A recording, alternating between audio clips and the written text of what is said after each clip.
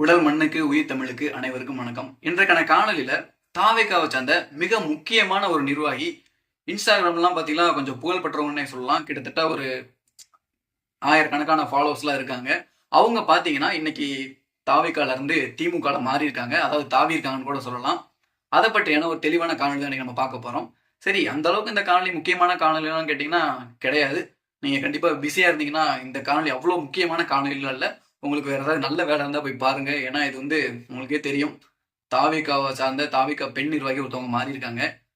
இதை நம்ம பொழுதுபோக்காக தான் எடுத்துக்கணும். ஏன்னா சினிமாக்காரங்க இன்னைக்கு வருவாங்க, நாளைக்கு போவாங்க. கண்ணு முன்னாடி நம்ம பார்த்துருக்கோமே. அன்றைய காலகட்டத்தில் இருந்த சினிமாக்காரங்கள்லாம் வேற. எம்ஜிஆரா இருக்கட்டும், இல்லை மற்ற ஜெயலலிதா இருக்கட்டும், யாரா வேணா இருக்கட்டும், கலைஞராக இருக்கட்டும், யாரா வேணா இருக்கட்டும், அவங்கெல்லாம் வேற. ஆனால் இப்போ பார்த்தீங்கன்னா அரசியலுங்கிறதே ஒரு சினிமாத்தனமாக மாறிடுச்சுன்னு கூட சொல்லலாம். சினிமாத்தனமா மாறிடுச்சா இல்ல சினிமாக்காரங்களாம் அரசியலுக்கு வந்தனால இப்படி ஆயிடுச்சா அப்படின்னு தெரியல. சரி, தாவேகாவை சார்ந்த ஒரு பெண் நிர்வாகி பாத்தீங்கன்னா ஒரு சில குற்றச்சாட்டுகள்லாம் வச்சு பாத்தீங்கன்னா திமுகல போய் தாவி இருக்காங்க. அது யாரோட தலைமையில்னு கேட்டீங்கன்னா அண்ணன் கொடை வள்ளல் தியாகி அண்ணன் செந்தில் பாலாஜி அவர்கள் தலைமையில பாத்தீங்கன்னா திமுக இணைஞ்சிருக்காங்க. இணைஞ்சவங்க குற்றச்சாட்டு என்ன வைக்கிறாங்கன்னு கேட்டீங்கன்னா தாவேகால முக்கியத்துவம் தரமாட்டாங்க, பெண்களுக்கான ஒரு முக்கியத்துவமே கிடையாது, எனக்கும் பாத்தீங்கன்னா முக்கியத்துவமே தரல. அதே மாதிரி பாத்தீங்கன்னா தாவேகா இன்னொரு பாஜக போல செயல்படுது அப்படின்னு சொல்றாங்க. இந்த குற்றச்சாட்டு தான் கேட்கறக்கே வியப்பா இருக்கு. என்ன காரணத்தினால சொல்றாங்க? உண்மையாவே தாவேகா பாஜக மாதிரி தான் இருக்கா, இல்ல இவங்க திமுகல சேர்ந்தனால பாத்தீங்கன்னா தாவேகாவை பாஜகவா மாட்ட ட்ரை பண்றாங்களா அப்படின்னு தெரியல. தமிழ் இனப்படுகொலை நாள் அன்னைக்கு கூட பாத்தீங்கன்னா யாரையும் எதை தாக்கி எதுவுமே பேச கிடையாது. ஒரு சிங்களவனை தாக்கி பேசல.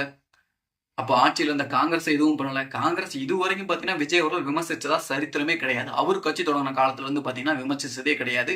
இன்னும் பல பேர் என்ன சொல்றாங்கன்னா பாத்தீங்கன்னா காங்கிரஸோட விஜய் அவர்கள் ரொம்ப நெருக்கமா இருக்காங்க ராகுல் காந்தியோட அப்படிங்கிற மாதிரி சொல்றாங்க. திமுகவும் பார்த்தீங்கன்னா இவர் அந்த அளவுக்குலாம் ஒன்றும் விமர்சிக்கலைங்க. இவர் திமுக அடிச்சு புடுங்கிட்டாரு அப்படிலாம் ஒன்றும் கிடையாது. பாஜகவும் ஒரு அறிக்கை தான், வெறும் அறிக்கை, அவ்வளவுதான். திமுகவுக்கும் வெறும் அறிக்கை, அவ்வளவுதான். மற்றபடிலாம் ஒன்றும் கிடையாது. மேடையில மட்டும்தான் பேசுவாரு விஜய் அவர்கள். பார்த்தீங்கன்னா மேடையில மட்டும்தான் சொல்லுவாரு, இங்க பிரதான எதிர்கட்சியே திமுகவா இல்ல தாவேகாவா அப்படின்னு சொல்லுவாரு. அது மேடை பேச்சுக்கு வேணா அழகா இருக்கும், ஆனா களத்துல அதெல்லாம் சரி வராது. சரி, இன்னைக்கு இவங்க இந்த மாதிரியான குற்றச்சாட்டு வைக்கும் போது பார்க்கும்போது நமக்கு என்ன தோணுதுன்னா, உங்க எல்லாத்துக்குமே தெரிஞ்சிருக்கும், உலகநாயகன் கமல்ஹாசன் அவர்கள் மக்கள் நீதி மையம்னு ஒரு கட்சி ஆரம்பிச்சாரு 2019 தேர்தலில் நின்னாரு. அவரோட நிலைமை பரிதாபமான நிலை. இன்னைக்கு எங்க இருக்காரு? முதல்ல கட்சியில இருந்து ஒவ்வொருத்தங்களா விலகினாங்களா, அதை விலகும் போது பெண் நிர்வாகி ஒருத்தவங்க இருந்தாங்க தெரியுமா, மக்கள் நீதி மையத்துல பத்ம பிரியாக்கா அவங்க பேரு. அவங்க பாத்தீங்கன்னா எப்படி இன்னைக்கு வைஷ்ணவி அவங்க பேரு, தாவேகால இருந்து திமுக போன அந்த பெண்ணோட பேர் பாத்தீங்கன்னா வைஷ்ணவி.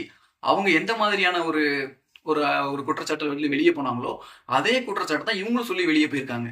அதோ அதை நினைக்கும் போது இது அப்படியே கண்ணுக்குள்ள வருது. இன்னைக்கு இவங்க வெளியே போனது அன்னைக்கு நடந்ததை பார்க்கும் மாதிரி அப்படியே அச்சசலாம் அந்த மாதிரியே தோணுது. அதே மாதிரி நடந்தா கூட நல்லா இருக்கும். ஏன்னா அவங்க எல்லாத்துக்குமே தெரிஞ்சிருக்கும், கமல் அவர்கள் திமுகவை எதிர்த்து என்னென்ன பேசினாரு அப்படிங்கலாம் தெரியும். டிவி எல்லாம் உடைச்சாரு, எல்லாம் பண்ணாரு. ஆனா அதெல்லாம் தாண்டி இன்னைக்கு கமல் அவர்கள் எங்க இருக்காங்க? திமுகவோட போய் ஜாயின் பண்ணிட்டாரு.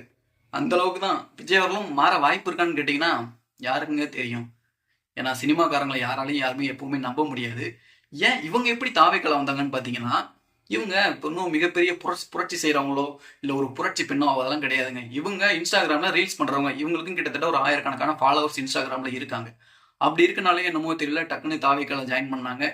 எனக்கு ஒன்னே ஒண்ணு புரியல, கட்சியில நீங்க எதை பார்த்து ஆள் எடுக்கிறீங்க அப்படின்னு தெரியல. இன்னைக்கு ஒரு சில பேர் இன்னைக்கு நாம் தமிழர் கட்சிக்கெல்லாம் பசங்களாம் சேர்றாங்கன்னா அவங்களுக்கு கொள்கை பிடிச்சிருக்கு, கோட்பாடு பிடிச்சிருக்கு, அவங்க வச்சுக்கிற அந்த தத்துவங்கள் எல்லாமே பிடிச்சிருக்கு. தாவேக்கால எதை நினைச்சு கட்சியில ஜாயின் பண்றாங்க அப்படிங்கிறது சுத்தமா புரியல. இன்ஸ்டாகிராம்ல இன்னைக்கு நான் கொஞ்சம் ஃபாலோவர்ஸ் இருந்தாலும் நான் கட்சியில ஒரு நல்ல பொறுப்பாளராக மாறிடுறேன். இன்ஸ்டாகிராம்லயும் யூடியூப்லயும் எவ்வளவோ நல்ல கருத்து பேசுறவங்க இருக்காங்க. அவங்களை எடுத்து தாவேக்கால நீங்க பொறுப்புல போட்டீங்கன்னா உங்க கட்சி வளரும், உங்க மேதுள்ள நன்மதிப்பு கூடும். ஆனா அது இங்க நடக்குதான்னு கேட்டீங்கன்னா கிடையாது. தாவேக்காங்கிறது ஒரு அரசியல் கட்சியா இல்ல சினிமா கட்சியா அப்படிங்கிற எனக்கு சத்தியமா புரியல. அதே மாதிரி இன்னைக்கு இவங்க கட்சியில இருந்து வெளியே போனதுக்கு அப்புறமா பாத்தீங்கன்னா தாவேக்காவை இன்னொரு பாஜகன்னு சொல்றாங்க. இதெல்லாம் நம்மளால ஏத்துக்க முடியாதுங்க. இவங்க திமுக ஜாயின் பண்ணனாலதான் இதெல்லாம் பேசுறாங்கன்னு நான் தோணுது. ஏன்னா இவங்க சொல்றபடி பாத்தீங்கன்னா எனக்கு கட்சியில முக்கியத்துவம் தர மாட்டாங்க, பெண்களுக்கு முக்கியத்துவம் இல்லைன்றாங்க. சரி, திமுக இருக்கா? தாவேக்கால இருக்காங்கன்னு நம்ம இப்ப சொல்ல முடியாது. ஏன்னா அவங்க கட்சி ஆரம்பிச்சு இன்னைக்குதான் 2 வருஷமே இன்னும் ஆகல. அப்படி இருக்க சூழ்நிலையில அவங்க நம்ம பத்தி அதை பேச முடியாது. இன்னும் கொஞ்ச நாள் ஆனாதான் அவங்க கட்சி எந்த மாதிரி செயல்படுது அப்படிங்கிறது தெரியும். நம்ம பொட்டாம் பொதுவா தாவேக்காவை அடிக்கவும் நம்ம விரும்பல. உண்மை என்னமோ அதை பேசுவோம். திமுக அது நடக்குதா? திமுக எவ்வளவு பெரிய ஆபாச பேச்சாளர்களா இருக்காங்க. சிவாஜி கிருஷ்ணமூர்த்தி எல்லாம் உங்களுக்கு வந்து பெண்களுக்கு பாதுகாப்பு கொடுக்குறாரு. அமைச்சர் பொன்முடி மேடையில எவ்வளவு பெரிய வார்த்தையை பேசினார். சைவம் வைணவத்தை வச்சு பெண்களை எவ்வளவு இழிவா பேசினார். அந்த கட்சியில உங்களுக்கு எல்லாம் பாதுகாப்பு இருக்கு, ஆனா தாவேக்கால அப்படின்னு சொல்லும் போது கண்டிப்பா வேடிக்கையா இருக்கு. சரி, இந்த வைஷ்ணவி அக்கா, தாவேக்காவை சேர்ந்த வைஷ்ணவி அக்காவே பேட்டி கொடுத்துருக்காங்க. திமுக மதுவெல்லாம் ஒழிக்கணும், நீங்க வந்து ஒழிச்சிட்டீங்களா அப்படின்னு திமுகவை பார்த்து கேள்வி கேட்டீங்க. திமுகவை பத்தி பல கேள்விகள் கேட்டீங்க. ஒன்றும் பண்ண வேணாம். இன்னைக்கு நீங்க திமுக தானே இருக்கீங்க. உங்க கட்சி தலைவர்கிட்ட சொல்லி, உங்க கட்சி தலைவர் அமைச்சர்கள் எல்லாத்துட்டையும் சொல்லி, நீங்க யார் மூலியமோ ஜாயின் பண்ணீங்களோ அவரை பத்தி நான் சொல்லணுங்கிற அவசியமே கிடையாது. செந்தில் பாலாஜிட்ட சொல்லி, அண்ணன் செந்தில் பாலாஜிட்ட சொல்லி தயவு செய்து இந்த மது பாட்டில், இந்த மது விற்பனையெல்லாம் கொஞ்சம் குறைச்சிருங்க.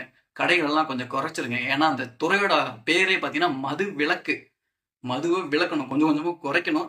ஆனா நீங்க எல்லாம் அதிகமா படுத்துறீங்கண்ணே அப்படின்ட்டு தயவு செய்து கேளுங்க.